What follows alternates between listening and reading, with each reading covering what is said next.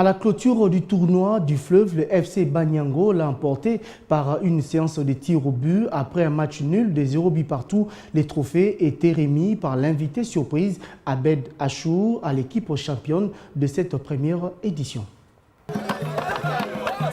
Un dimanche émouvant, un dimanche de convivialité, un dimanche historique au quartier Pakadjouma. C'est la clôture du tournoi du fleuve, initié par le président de la Fondation du fleuve, Souleymane Kaouka, conseiller du Premier ministre, qui a lui-même assisté ce dimanche 17 juillet 2022 au match final sur le terrain Onatra à Kingabwa.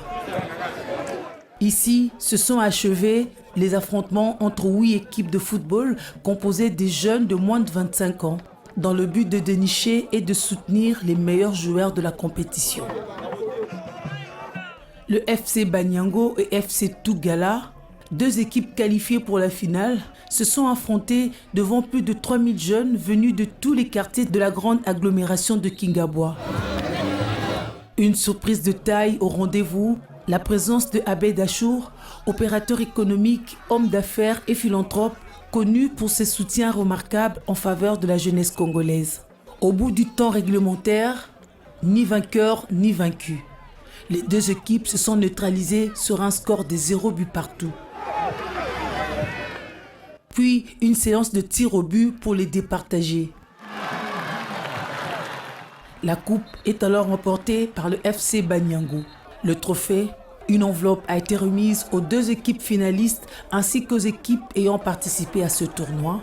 Le trophée a été remis par Abed Achour à l'équipe championne de la première édition du tournoi du fleuve. Plusieurs jeunes de Kingabwa ont loué l'initiative lancée par Souleymane Kaouka et ont plaidé pour sa pérennisation dans le but de changer l'image assez ternie de Pakadjouma comme de plusieurs autres quartiers de la commune de Limete et encourager les jeunes des milieux défavorisés.